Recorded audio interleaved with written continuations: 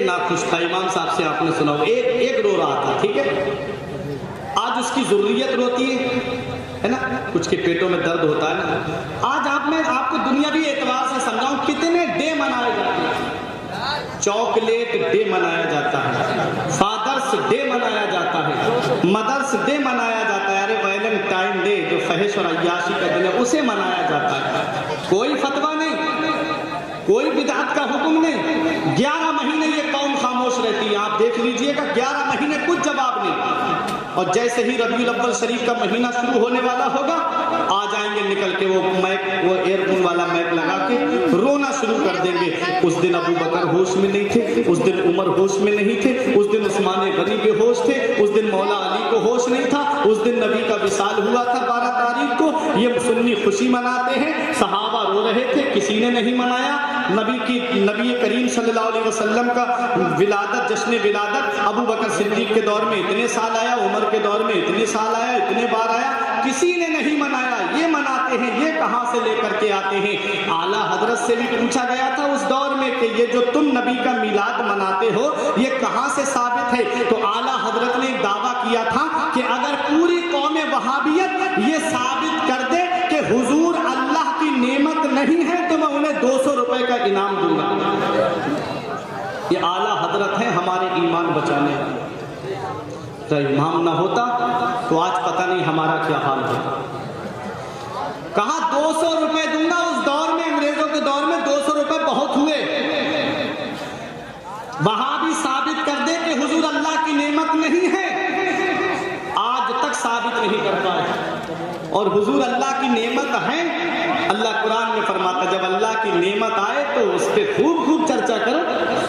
خوب خوشیاں مناؤ۔ جب اللہ کی نعمت آئے، ارے حضور کی آمد ہوئی، ارے دنیا میں جو نعمتیں ہمیں ملی ہیں وہ اسی نعمت کے صدقے میں ملی ہیں، ہم دنیا میں آئے ہیں تو نبی کے صدقے میں آئے ہیں، اس لیے ہم اپنے نبی کی آمد پر خوشی مناتے ہیں، اور وہ رو رہا ہے تو پتہ چلا میرے امام نے ایک پیغام دے دیا، اور میرے نبی کی آمد پر اپنے چہرے بگاڑنے والوں، میرے نبی کی آمد پر اپنے پیٹوں میں درد محسوس کرنے والوں، احمد رضا قیامت تک سنیوں کو یہی پیغام دیتا رہے گا کہ حشر تک ڈالیں گے ہم پیدائش مولا کی دھوم، مصر فارس نجد کے قلعے گراتے جائیں گے، خاک ہو جائیں عدو چل کر مگر ہم تو رضا، دم میں جب تک دم ہے ذکر ان کا سناتے جائیں گے،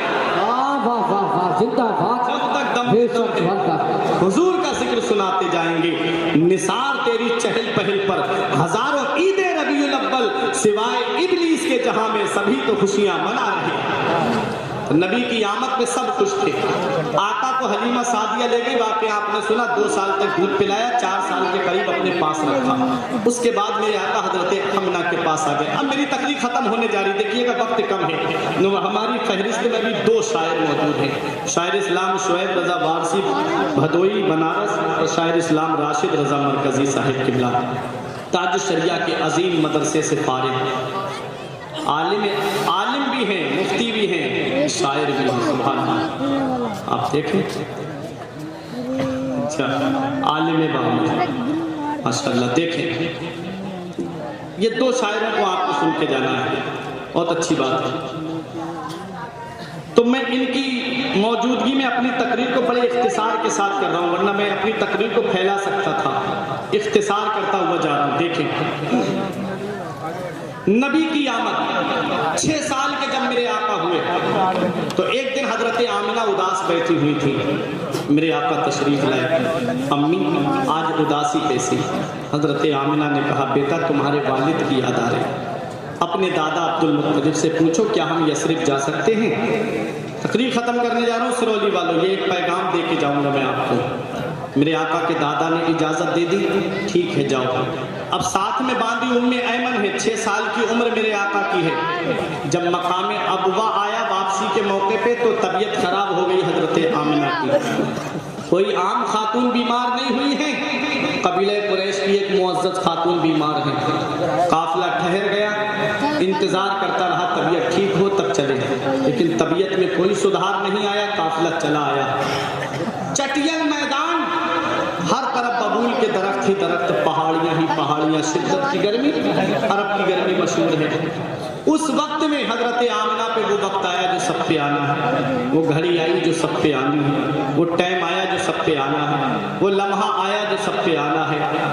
علمی صاحب فرماتے یاد رکھ ہر آن آخر موت ہے، بن تو مت انجان آخر موت ہے، مرتے جاتے ہیں ہزاروں آدمی، عاقل و نادان آخر موت ہے، بارہا علمی تجھے سمجھا چکے، مان یا مت مان آخر موت ہے۔ میرے نبی کی والدہ پہ جاکنی کا عالم جب طاری ہوا تو نبی نے اپنی ماں کے سر کو اپنے زانوں پہ رکھ لیا، میرے آقا اپنی ماں کے سر کو دبانے لگے۔ جنت کی حوروں نے کہا یا رسول اللہ آپ ہمیں اجازت دے دیں ہم آپ کی ماں کی خدمت کریں، تو نبی کا کردار بول رہا تھا، نبی کا کیریکٹر بول رہا تھا، نبی کا اخلاق بول رہا تھا، نبی کی سیرت بول رہی تھی، نبی کا اسوہ حسنہ بول رہا تھا کہ ماں کی خدمت کا حق نرسوں اور نوکرانیوں کی ڈیوٹی لگا کے ادا نہیں ہوتا ہے، ماں کی خدمت کا حق تب ادا ہوتا ہے جب بیٹا خود اپنی ماں کی خدمت کرتا ہے۔ میرے نبی اپنی ماں کا سر دبا رہے ہیں، آنکھوں سے آنسو نکلے، مشفقہ ماں کا سایہ سر سے اٹھنے والا ہے، شفیقہ ماں کا سایہ سر سے اٹھنے والا ہے۔ میرے نبی کی والدہ نے دیکھا بیٹا رو رہا ہے،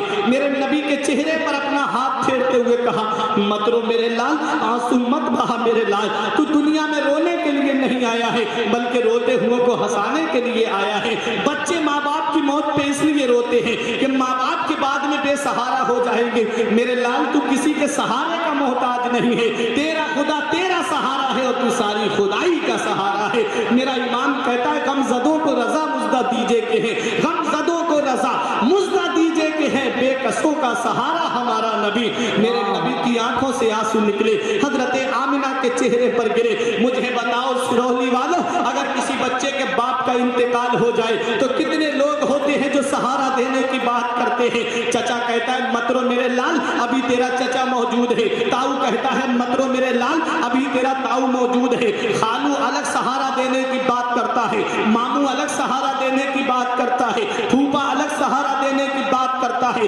پڑوسی الگ سہارا دینے کی بات کرتے ہیں۔ قربان جاؤ میرے نبی کی عظمت پر، ماں کے شکم میں تھے کہ باپ کا سایہ سر سے اٹھ گیا، 6 سال کے ہوئے ماں کا سایہ سر سے اٹھ گیا، 8 سال کے ہوئے دادا کا سایہ سر سے اٹھ گیا۔ خدائی حیران ہے میرے مولا جسے تو نے رحمت للعالمین بنا کر بھیجا، میرے مولا جسے تو نے بشیر و نذیر بنا کر بھیجا، مولا جسے تو نے